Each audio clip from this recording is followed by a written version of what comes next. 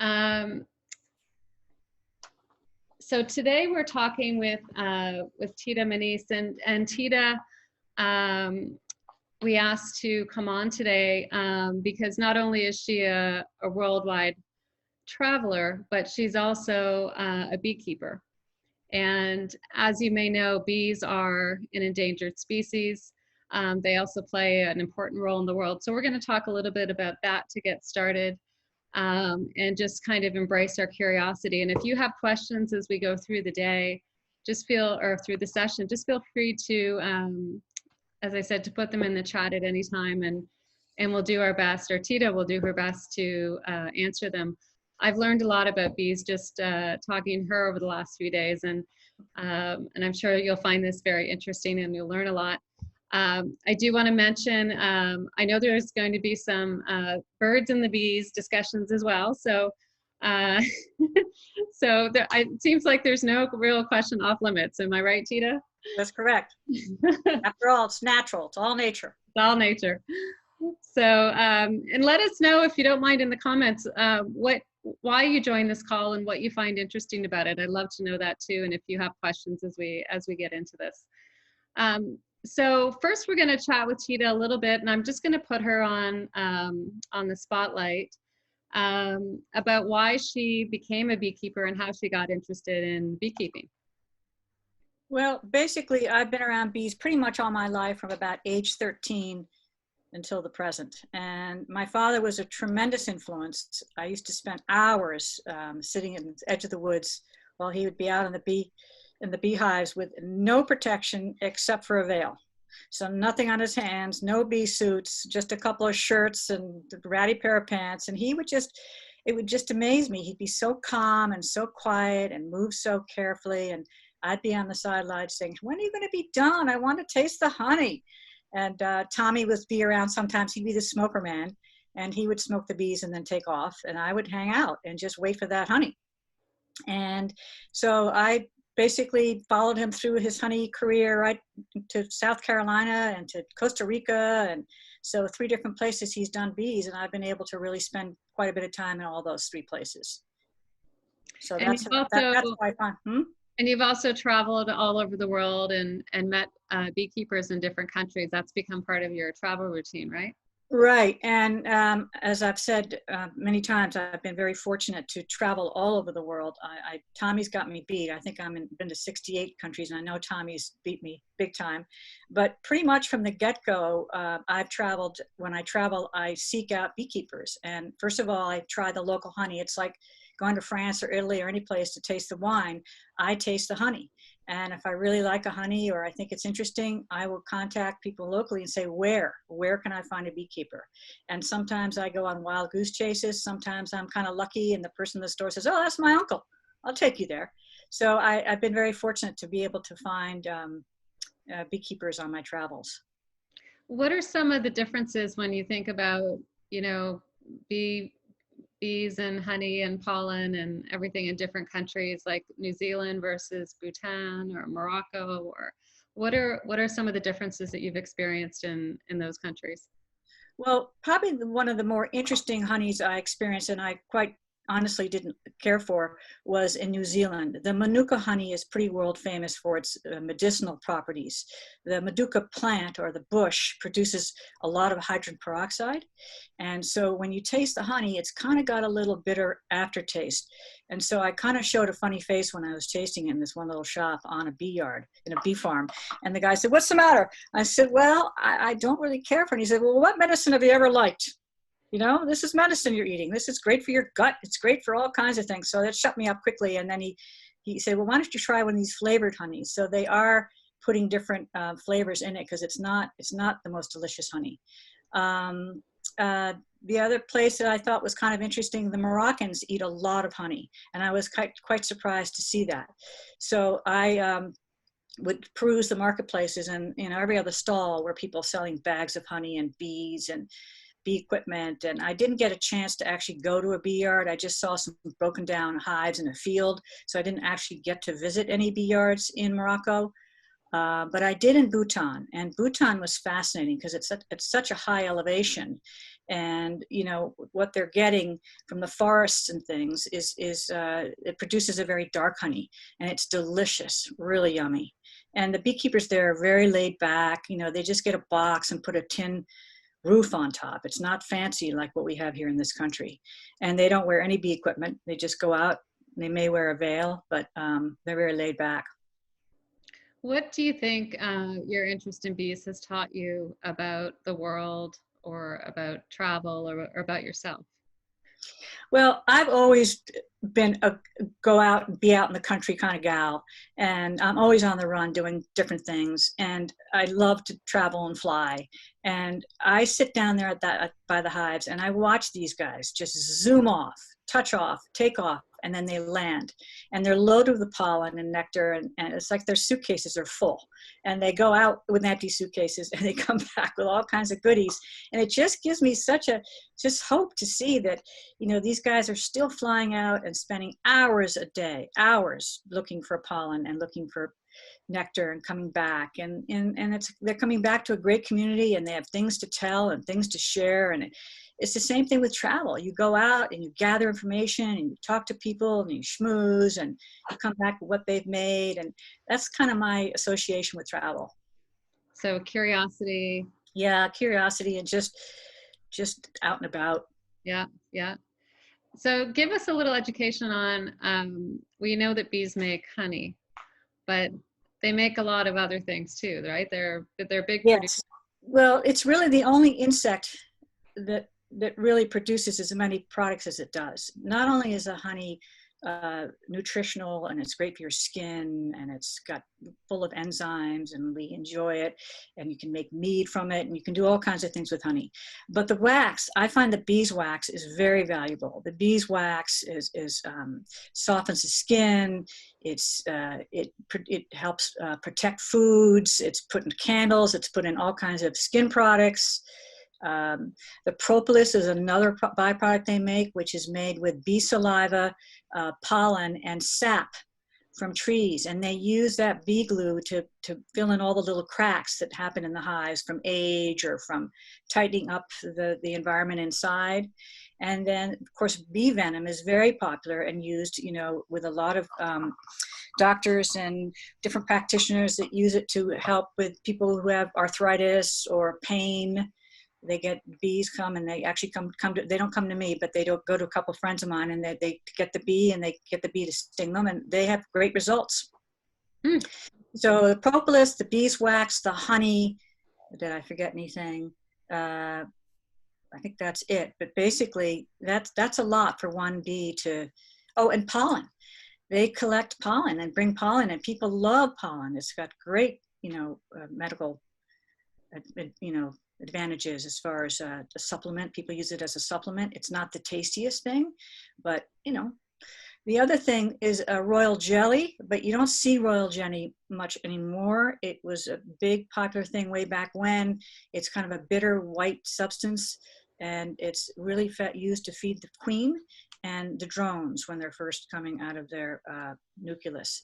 And so basically people don't really buy it anymore. It used to be very, very expensive, but it was, again, wonderful, healthy product, protein. And what would happen if we did not have bees? What would the impact be on fruits or trees or flowers?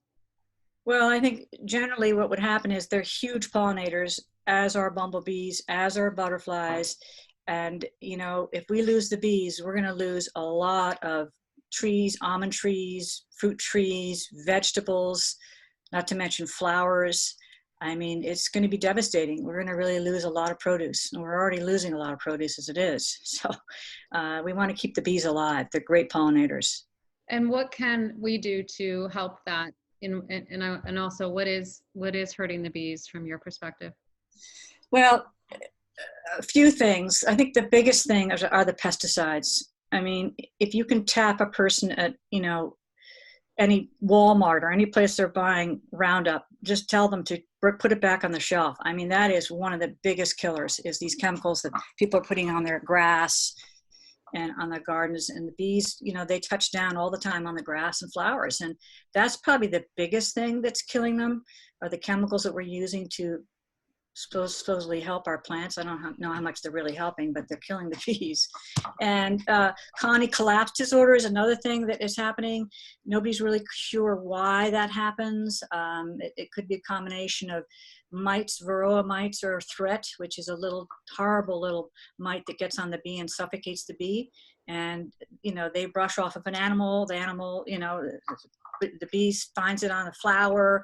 I mean, it's very hard to control the varroa mite.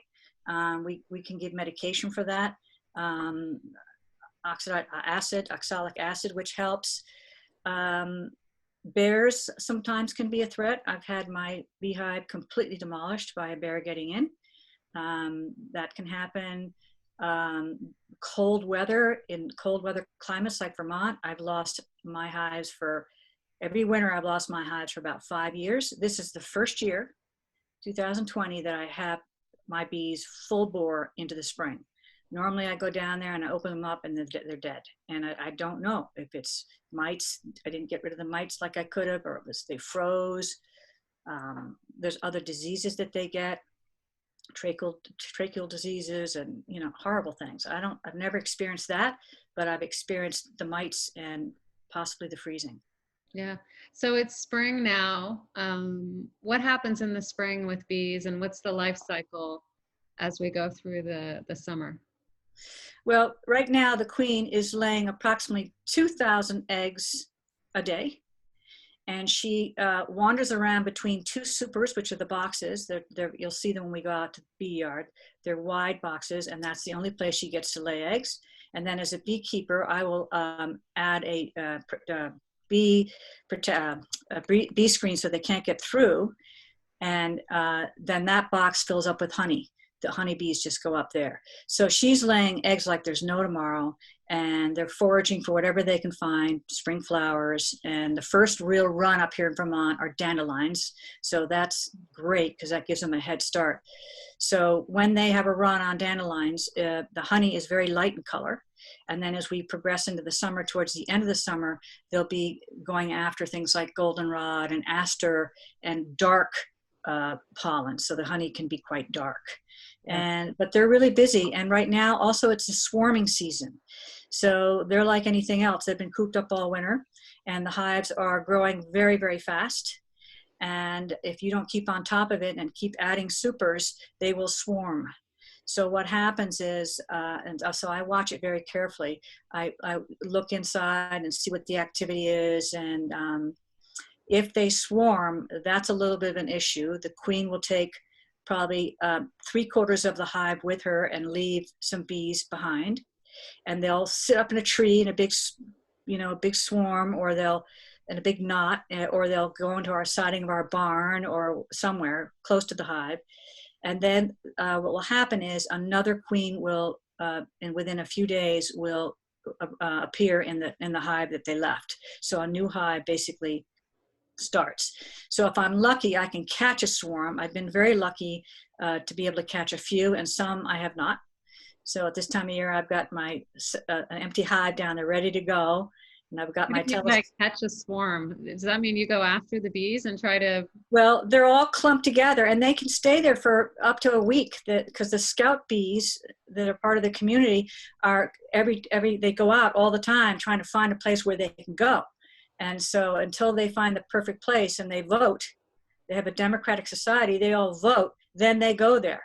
So while they're figuring it all out, I get smoke out there, and I put my bee suit on, and I stand on the top of my truck, and I have a telescoping pole, and I put a sheet on the ground, and I knock, if I can, if it's not too tall, I knock this bunch of bees onto the ground, into a sheet and a box. Sometimes I miss, and I've lost the whole thing, and sometimes I'm spot on. I let them settle for a couple of hours, and believe it or not, they start to crawl or fly back to the hive. And it's pretty extraordinary. So I basically drag the sheet, if it's close enough, towards the beehive and put them in front of the hive, and they'll go into a new hive. And so I've basically gotten a new bunch of bees for free. Not, but sort of for free. So you've talked about the queens and the drones and the bees. What's the difference between all of these types of bees, and what do they do, and how long do they live? Well, the queen, of course, is the queen. And there's only one queen. And she lives to be about 5 years. And after that, they kind of say, you know, Mama, you're not laying enough eggs for us for our work. So they'll either kill her or they'll rear another queen. So the queen is you know, she's amazing, and it only takes 16 days for her to emerge, which is interesting. Whereas the worker bee, which they do all the work, they're about 24 days to form, or 22 days. And they basically do everything. They groom the queen. They feed the babies. They build the comb. They guard the entrance. They forage for nectar. They're processors, so that when the bees come in all laden with pollen and they're practically falling over, there'll be processor bees that'll unload their nectar and their pollen, and they'll take it up to the nursery to feed the babies. So they're working it. And the drone is it's a bigger bee, it's a fatter bee, and the drone basically doesn't do too much. The drone wanders around. There are about 5,000 drones in a hive, and hives average between 50,000 to 60,000 bees in a hive, and you'll see that when we go down. So there's about 5,000 of them, and they're not doing too much. They're eating and pooping and not doing anything. But the one job they do is they fertilize a queen. So that's the good news. And this is the most extraordinary thing, and kind of a fun, interesting part about the drone. So the drones will go up and fly around, and it's called a congregation, a drone congregation.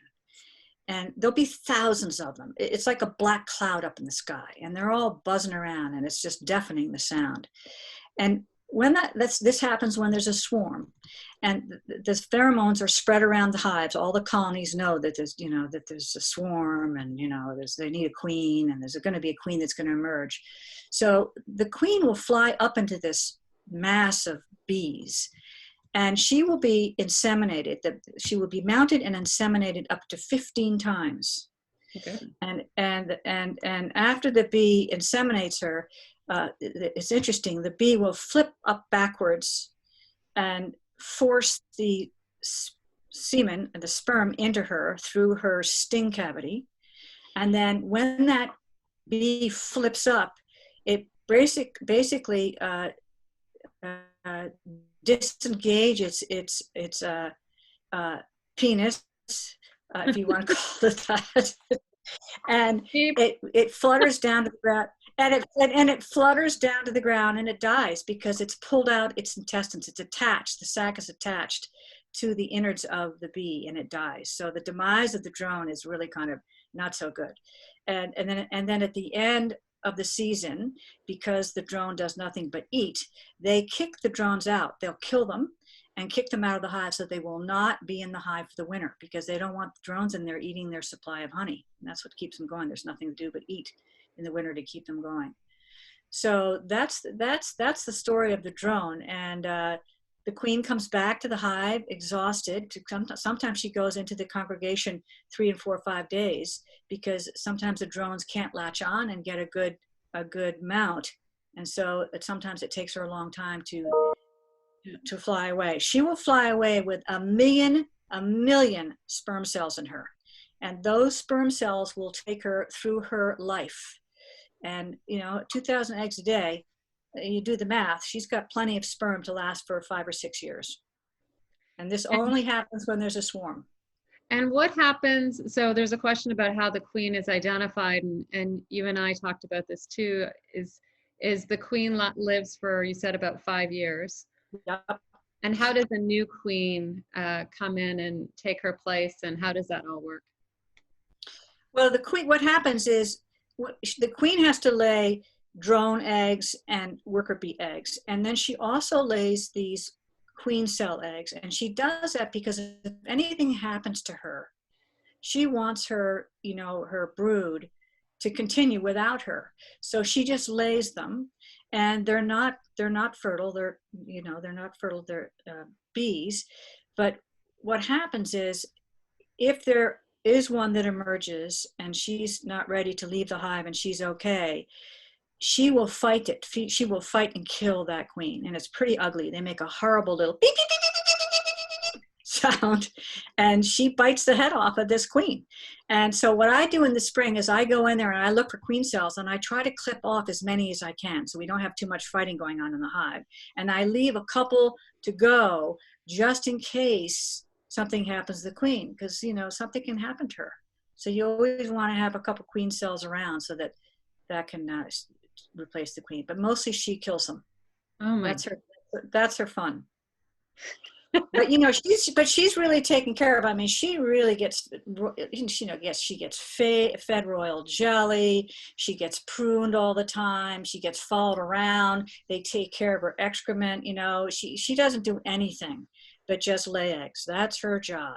And all those other bees do everything else. And the bees kind of graduate doing the jobs. For instance, when they're first born, they don't really know too much. So they learn from the other bees. So their first real job is to go around and clean out the cells once the bees have emerged, cleaning up the poop,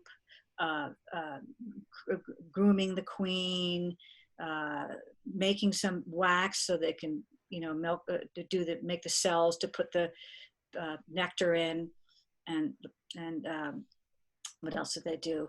They basically do all the dirty work, and they work 24/7. They take naps, so they're working all night long making comb. Now I know where the term busy bees came from, for sure. I had no idea they don't go to sleep at night. They have shifts, and they'll take naps. And there's no slacking off at all. The queen is really, if I can find her today, we're going to look. She's pretty sleek. My friend Judy, who's out there, has got a real keen eye about finding the queen with me when she comes up here. I have a hard time. She said, there it is. But we may or may not find one today, but she's really sleek and long and kind of lighter in color. And she's got a big head. And that's how you can kind of find her. The drone, you'll notice today I'll be able to find some drones. They're kind of fat and slow. But the interesting thing about the drone, when they go up and do that mating deal, they get tired. They don't have the energy and they're overweight. So they have to come back down and they gorge themselves with honey, and then they leave again and go back up into the swarm until they get their girl. So it's pretty amazing. And does the queen leave so other than that moment, does she leave the hive, or does she pretty much stay inside the hive and get looked after? She does not leave the hive, ever.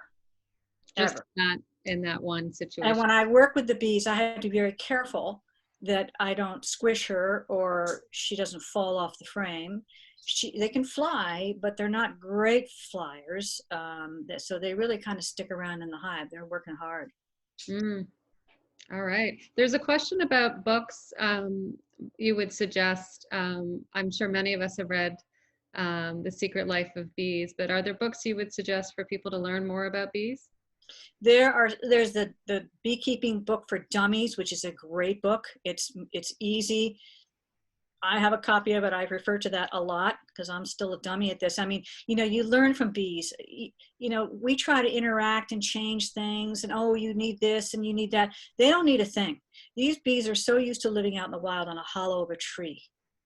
In Cuba, when I was in Cuba, these little bees would come out of a little hole in a tree, and they would produce the most magnificent honey you could ever imagine. So they don't need a house. You're just giving them a roof. So basically, they fend for themselves, There's a question about the eggs of bees. How do you tell the difference between, I guess there's 3 kinds of eggs? Well, yeah, there's the worker bee egg, and then there's the drone, and then there's the queen. That's pretty much it. And there's 4 stages of the growth of the bee. And the first little tiny egg is like the size of a small piece of rice, and then it grows, into the pupae and the larvae, and then it merges into the bee. And the royal jelly is something that is fed only to the larva of the drone, and I'm not quite sure why, but the drone is the only one that really gets the royal jelly. The rest of the bees are fed on nectar and on pollen. So that's And what the babies are fed in the nursery. and they travel quite a long, they can travel up to 5 miles away for pollen? Easily. And what they do is they work themselves to death. And by the end of the summer, a lot of bees die because their wings get injured.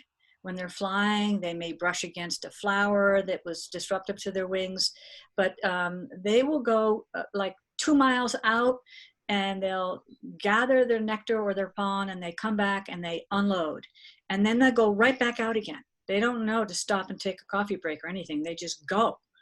And that's why they basically only live about 6 weeks, because they just work themselves to death. And again, their wings get injured. I mean, they have 5 eyes. These have 5 eyes. So they can really zone in on conical flowers. That's a really easy flower for them, because they can sit on top and just not work so hard. Other flowers, they have to really dig down deep and use their bendy, flexible straw tongue to suck the nectar, and that's a lot of work. They got to back in, back out, go in, turn around, and whereas it's just easier for them to land on flowers that, like phlox and things like that, that are a little easier for them to get the nectar and pollen. Yeah. And just one last question, then I think we'll head out to the hive, unless anyone has any other questions. But in terms of honey, what's your recommendation for us when we're buying honey and eating honey? What kind of honey should we be looking for? Well, the first thing is, don't buy any honey in a grocery store, because there's something called honey laundering, and it's been going on for a long time, mostly coming from China and India and different countries, that dilute the honey with corn syrup or sugar water or just sweeteners. So I really suggest that if you know a beekeeper, or go to an organic, counter or something, I would only buy organic honey and raw honey. A lot of the honeys get heated to the point where you've killed all the organisms in the honey and all the naturalness in the honey. So I sell just raw honey. So basically what that means is I take the honey out of the comb, I extract the honey through one filter and put it in the jar. So when I sell it to friends or whatever, they all say, "Oh, Tita, I found one of the antennae in my honey." I said, "Great, little source of protein." It's not the end of the world. You want all the protein and the enzymes that are in honey. And if you heat it up, you wreck all that. You just destroy the integrity of the honey and what its medicinal uses are for and how healthy it is for you. So I just say, don't go buy a teddy bear honey. Just, if you can, go buy it locally. Help support beekeepers. This is a very expensive hobby. And I learned that pretty quickly. When my bees would swarm, and I go, "Oh my God, that's $200 worth of bees. It just swarmed. And I just got the bees like last week." I mean, it's some people collect cars. I collect bees, and it's a wonderful hobby. And it brings me to the fact that it got pretty expensive, and I really wasn't making any money selling the honey. So I decided to do something with the wax. My husband kept saying, "Jesus, there's honey on every handle, there's sticky floors. Can't you do something with the wax?" So I started cleaning the wax, and I invited a friend of mine to come up from Rhode Island. She said, "I know what we can do with that wax. I know how to make salve. Let's just clean it up and try making some salve." So I picked out a couple of essential oils I enjoyed, which was lemongrass, pink grapefruit, and ylang-ylang. And we started fooling around the kitchen with it. And it felt pretty good, and I didn't know what was the next step until I took it to my yoga students. I knew they'd be honest with me. I said, "Listen, you guys, I make this product. I'm thinking about marketing it. And I want your opinion. And I have eczema, and it's really great for dry skin. What do you think?" So they sampled it, and they said, "We don't really care what's going on with your skin. You need to go into business immediately." So 5 years I did, and so that's really been helpful for me to support this very expensive habit. To get going and be a beekeeper, you gotta fork out at least $400 to $500 to get going. And then you may not make any honey. You won't make honey the first year. You might make honey the second year. Yeah. What about allergies and in local honey? Well, it's hard to give medical advice, I guess, but is it better for allergies to have organic local honey than buying it in a grocery store? And there's also a question about where's the best place to buy honey? Is Trader Joe's okay, or places like that? Well, the thing about allergies, I have a lot of families that come up from Massachusetts and New York and Connecticut that call me ahead of time and say, listen, my kid has got the worst allergies. So then they're going to come up here and vacation up here and their kids are miserable. So what I do is how you work with honey with the allergens and the pollen is that you take, for instance, if you're coming up here in the spring, you start eating the spring honey in the wintertime to get the antigens and all that in your system so that you don't have a reaction. So it's already in your system. And you do the same thing with the fall honey. You eat the fall honey for this, it's just a reverse.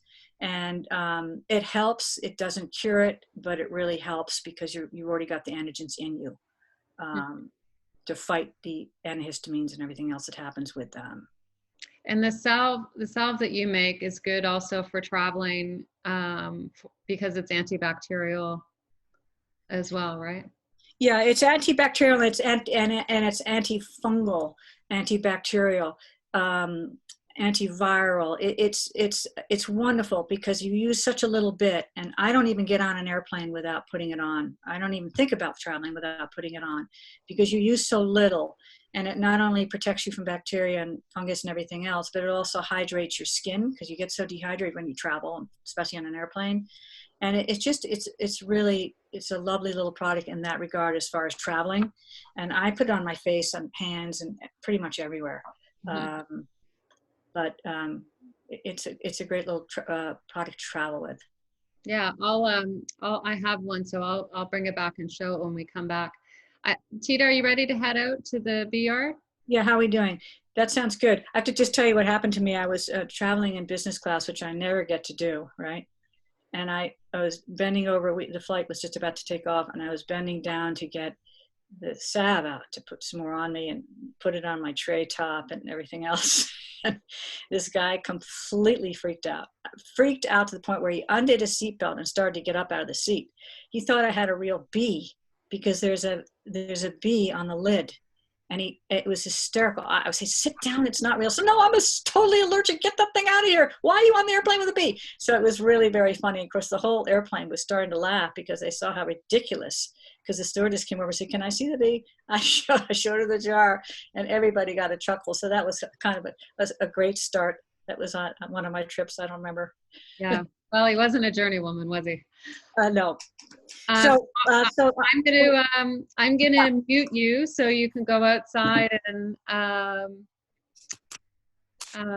you're gonna put your suit on too, right? Your bee suit. Yeah, I'm half into my suit, and then I'll dash out the door, and I'll see you on the flip side. Okay, that sounds good. Put on your bee suit. And yes, Tita is in Vermont, so go ahead. I'm gonna stop your. Whoops, maybe that won't work.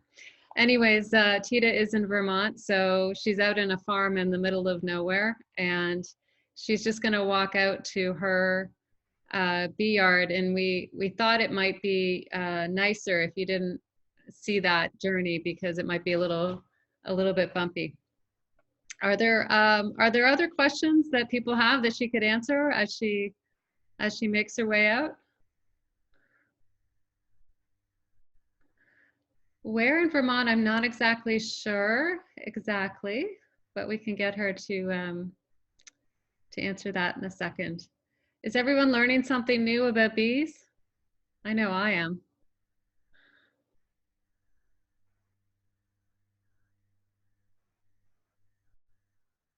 Okay. And as soon as Tita comes back, we'll put her on screen.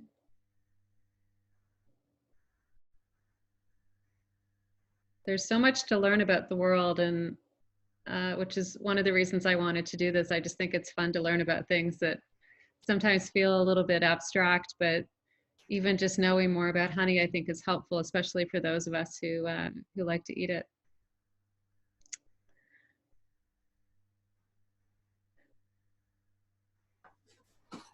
I'm gonna unmute you all. Are there any questions you have or any comments? No, not yet. Okay.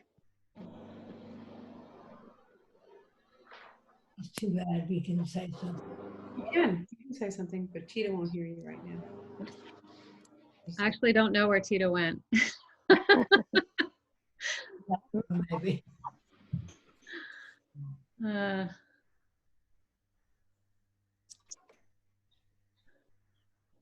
Let's see. There's the jar. Oh, who's got it? Betsy. Oh, you have some too?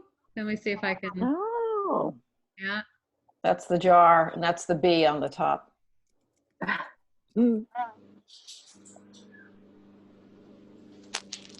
Yeah, we have a section on our website called Things She Loves, and so the best bee savvy is on that part of our website. And if there are other products that you all enjoy that you want to recommend to others, that's a good place for it if you have ideas. And I think we've lost Tita. Hopefully she comes back because I cannot, I can't say much more about bees.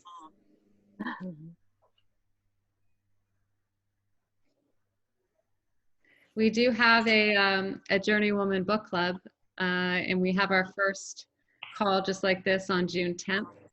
And we're going to be talking about 300 Days of Sun, which is a book about Portugal. If you haven't, I just finished reading it. It's a really lovely read. And then we've got 2 more planned for July. And the books, one of the books is about Ireland and the other book is about Spain.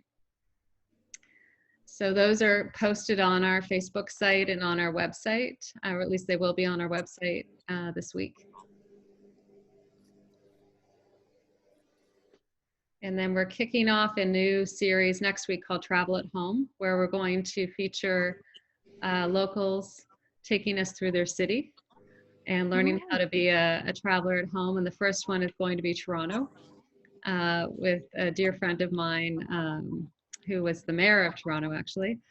And he's going to, he's a wonderful historian, and he's going to take us through the city and talk about some of the walking trails and things that we don't know about, just little secrets and surprises. So more on that coming soon. And I'm running out of things to say because I don't know where Tita is. Oh my goodness. I wonder if she realizes that she's not on screen. I don't know. Can somebody Bad, I try want to to see call that beehive. Yeah, I will, just a second.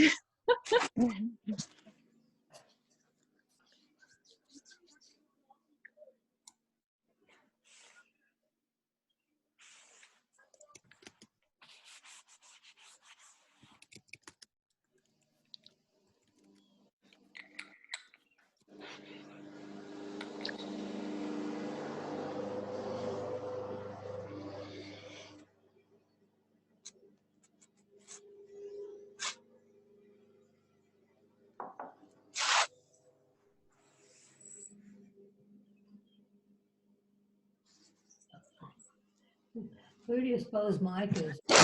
You just stepped away from the Yeah, I know.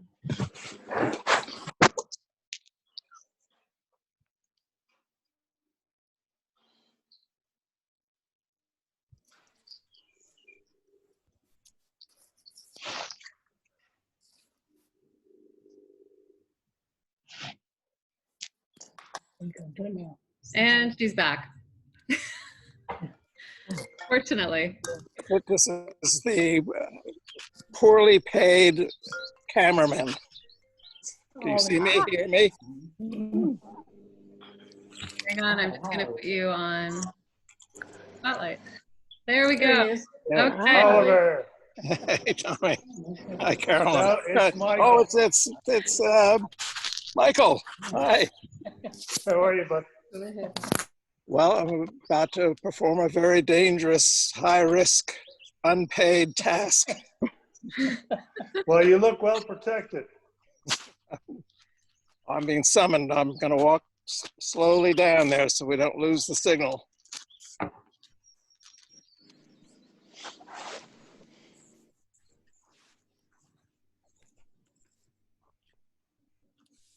Oh, wow. What a beautiful day. Give me This is Bridgewater, Vermont, for everybody. frame guidance. High, low, left, right. You're Looks doing great. good. We've never done a session like this before, so I hope you're all enjoying the authenticity here. This is the end of perfection as we know it, is what Zoom has done to us. All right, this looks good.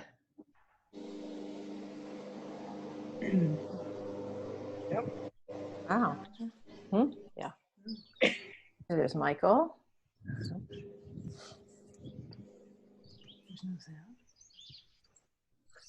It's not live. No, it's live. So, hi, Katie. Okay.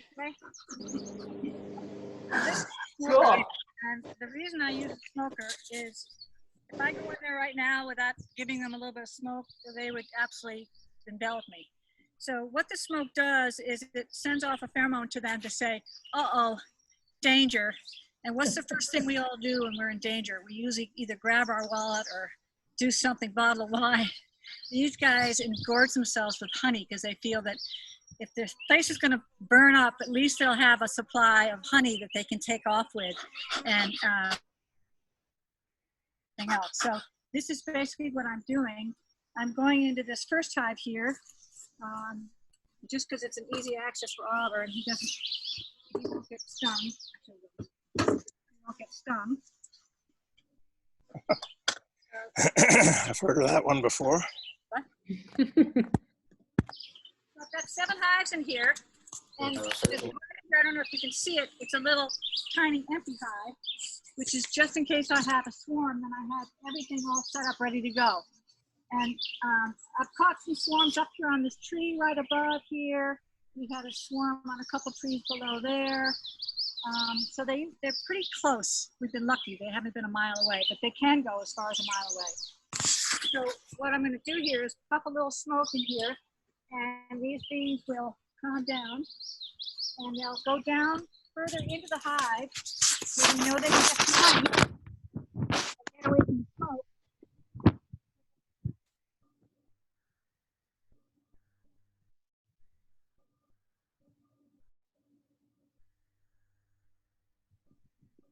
I think we've lost a bit of sound.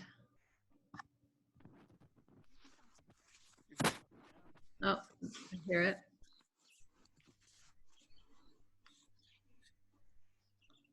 Where it says video, does it say? Can you hear anything? Yes, we can now. Yep. Okay. So,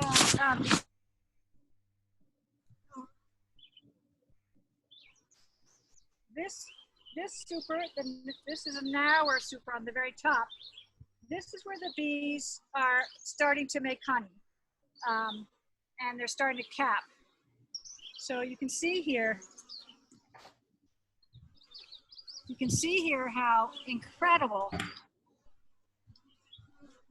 they make these perfectly hexagonal cells, and they basically have these wax glands underneath and they're near their abdomen, and they excrete this liquid wax which then hardens like sheets on their back, and then they take their back legs and front legs and get the sheets off, and they bring them up to the work area. So they'll bring them up here, and then they'll add saliva to it to make it soft to work with, and they form. This is what they're doing all night, and during the day they're foraging, but at night they're making a lot of comb. So that's what's happening in this box, which is no queen is in here. This is just for the honeybees to come in and bring in their supply, their stores.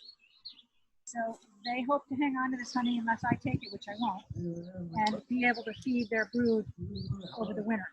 So now we're going to lift this up here, take this box off. You have to work gently and quietly, but I can't be too quiet here, so lift this off, hopefully not squishing any bees on the way. You know, they say that beekeeping was always for men, and I can see why in that These are very heavy. These boxes, when they're full, can be 80 pounds. So a lot of women beekeepers say, you know, I don't have that strength. Well, you know, why would I kill myself doing this? So now what's happened is there are a lot more women beekeepers, and they come over and they help each other. Like I have my friend who's my gardener. She's a beekeeper, and she comes over and gives me a hand, and it's kind of fun. We giggle, and we can both do it together. Otherwise, I have to ask Oliver, and he kind of doesn't like to do it too much because it's heavy work and it's hot, and you know the likelihood of getting All stung. you have to say is he has a bad back to you. That's right. He has a bad back. So anyway, I'm going to go in here and pull up some brood, and maybe we'll be lucky and see a queen. So let me pull that up because they really are kind of sleek and kind of cool. The fact that they do what they do. Imagine laying 2,000 eggs a day. I'm exhausted thinking about it. So the brood is usually in the middle of the box. That's where the most heat is. And the queen has to be at 92 to 95 degrees at all times in order for her to produce as many eggs as she does. So that's why a lot of the brood making is in the middle. So now what you're going to see, this milky stuff right here, that's royal jelly. And all these little puffs right here are worker bees. That's how you can tell. These are all babies to be born. And I don't know what point they are, probably the very beginning. And this side as well. And I'll try to bring up a frame that shows some other types of brood in the drone. And let's see if we can find you a good old drone. They're always fun to look at. They're usually sitting around on the edge because that's where the honey is. Sunbathing. So let's see if I can point out a drone to you. Judy, where are you when I'm looking for the queen? Let's see here. I said there are 5,000 drones and only one gets lucky. So I'm lucky to have at it and then not so lucky to die. And you can see some of them, like this one right here I'm pointing to is a drone. There are not many on this frame. Let me just bring out something else that will be probably easier. Hang on one second.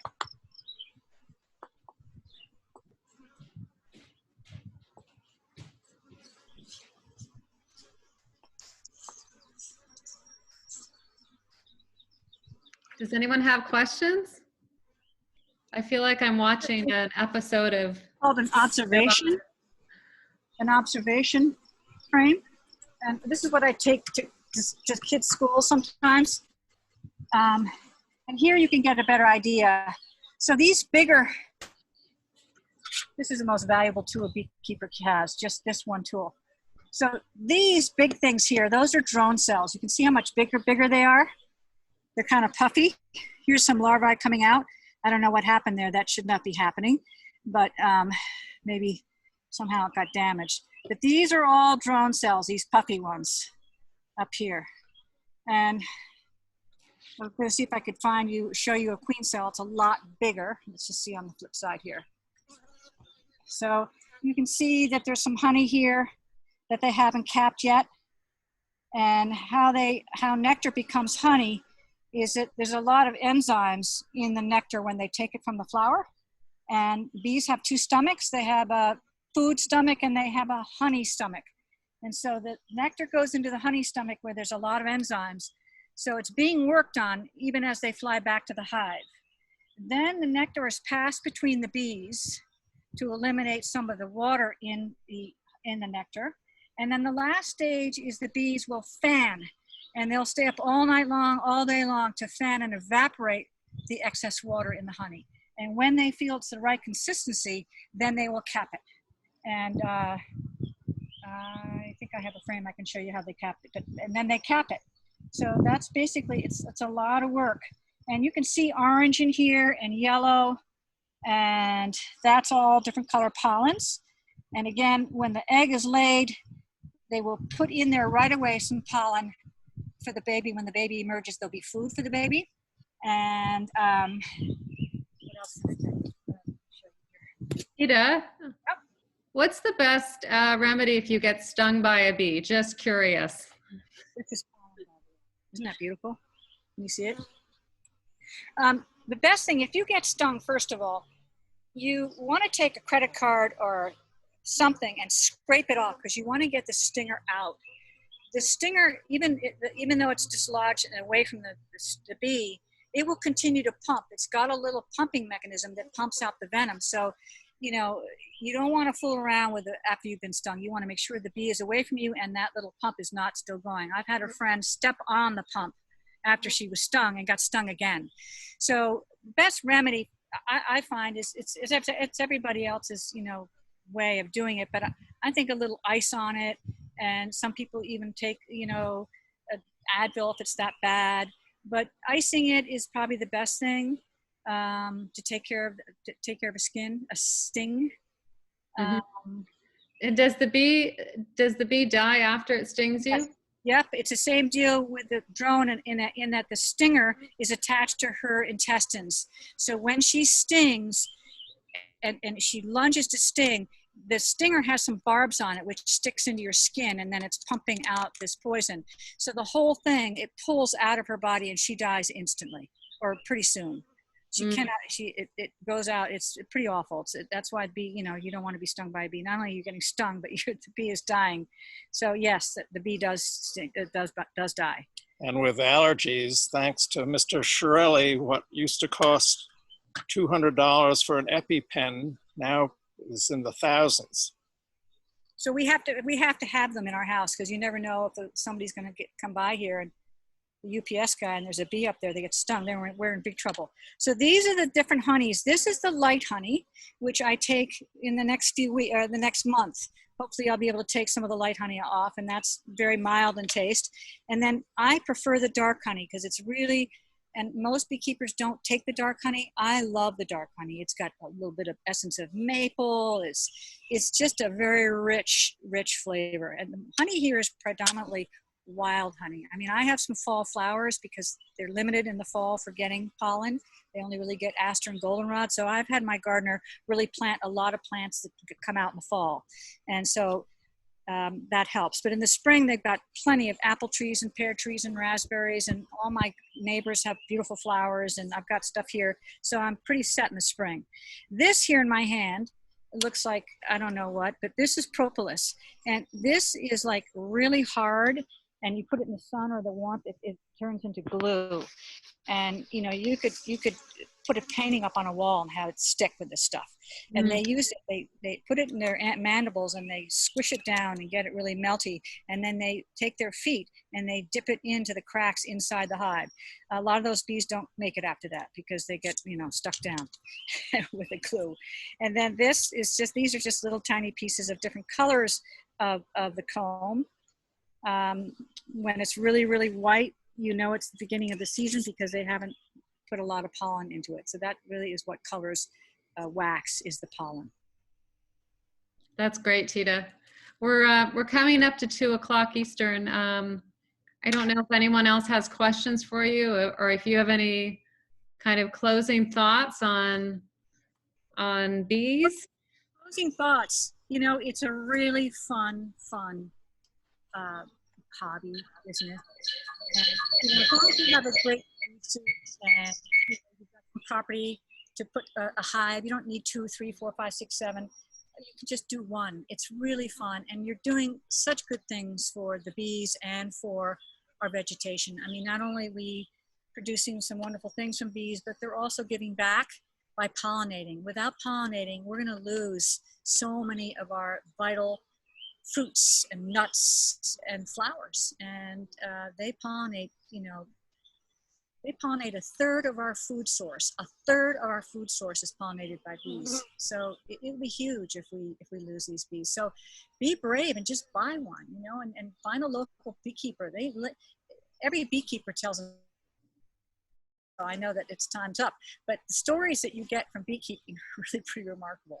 Yeah, well, definitely something new to add to our travel list. I think the next time we go somewhere, we'll do wine, cheese, and bees. Yeah, it's really fun because the honeys all over the world taste so differently because of what the bees are getting. And it really is like a bottle of wine. I just taste it. I'm such a, I'm a sweet, I've got the biggest sweet tooth. Everybody knows that about me. Having done chocolate sauce business for 10 years and then honey, I can't get away from sweet. But when I travel, you can't get chocolate sauce. So I just go for the honey. And it's really kind of fun. And honey lasts forever, right? That's what it lasts forever. The honey has been around for like 9,000 years. They're still pulling out honey from Egyptian tombs. It's unbelievable. It never goes bad. It'll only crystallize, and that's not bad. You can heat it, or you can eat it crystallized. That's great. Well, thank you, Tita, so much for this. I think we all learned a lot. And thank you, Oliver, for the wonderful camera work. How about that steady hand? Yeah, really good, really good. And thank you all of you for joining us today and all the great questions. We'll see you again soon. Thank you. Remember, don't kill any bees, and don't use Roundup. Period. And keep your dandelions. Yes. Listen, our fields are like, this part is pretty gone by, but our fields are like a blanket of yellow, and it's just so beautiful. But Yeah. It's tough because we can't let our dogs go out there because they've gotten stung a couple times. And it's no fun to see a puppy get stung. Aw. Let them out a certain door to get out of the house. Yeah. Just at this time of year. Oh, many, many thanks, Tita. You're very From welcome. Nieces and nephews. What's that? I said, from your nieces and nephews, much love. Much love back, guys. Thanks for listening. Okay. Yeah, that was great. Thanks, Tita. Great job. See ya. Fantastic, Tita. Bye-bye. Bye. Bye.